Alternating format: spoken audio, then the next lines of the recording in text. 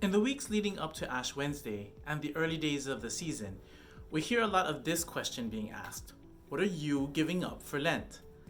These 40 days provide a dedicated opportunity for us to refresh our relationship with God. Through the disciplines of prayer, almsgiving, and fasting, we give up distractions and vices in our lives that prevent us from serving God. Some people use Lent as a self-improvement program, thinking they may shed a spare tire or drop a few pounds while giving up their favorite treat during the short period of 40 days. I myself have traveled down this road many times. As high schoolers, my classmates and I gave up chocolate, in addition to giving up sugary drinks like soda, while at university my friends and I would set a weight loss goal, something like 10 pounds by Easter.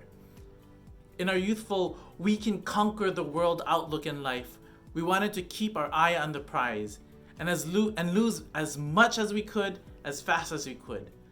We weren't really concerned about making healthy choices as long as we met our Lenten objectives. And even though we might have achieved or come close to our goal, it was probably not our most prayerful moments. In the first reading, the prophet Isaiah challenges us how to look at how we fast. He challenges us to consider our actions and asks, do you call this a fast, a day acceptable to the Lord? We cannot simply go through the motions and suddenly expect to become closer to God. How is it that in my pursuit to abstain from meat, to eat healthier meals, consume less soda, live an active lifestyle, and yet the focus is still on me?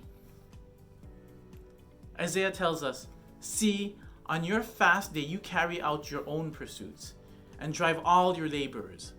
Lo, you fast only to quarrel and fight and to strike with a wicked fist. Do not fast as you do today to make your voice heard on high. My efforts in fasting have never been perfect, and often I find myself falling back into old habits. Instead of feeling shame about about my failure to follow through, I find comfort in how Isaiah defines fasting in a new way, by releasing those bound unjustly and by sharing your bread with the hungry, sheltering the oppressed and the homeless, clothing the naked when you see them. Now, I'm not saying that we should completely abandon our long-time fasting practices. I, for example, will still likely give up soda and chocolates. In realizing that we are only in the first week of Lent, and while our intentions of praying, fasting, and almsgiving are still fresh and strong, in addition to fasting for our own personal care, perhaps we can take up Isaiah's invitation to fast in a way that inspires us to take action for the cause of justice and to be hungry for charity. Offering gentle care for God's children helps us to reorder our lives to God. And Isaiah's challenge can be a bit overwhelming, and it might not be so clear as to where to start. But remember, God is not asking us to do it all, nor is God asking us to fast perfectly. God is, however, asking us to step out of our comfort zone, leave behind those self-imposed or culturally imposed restrictions, and turn toward all of God's children.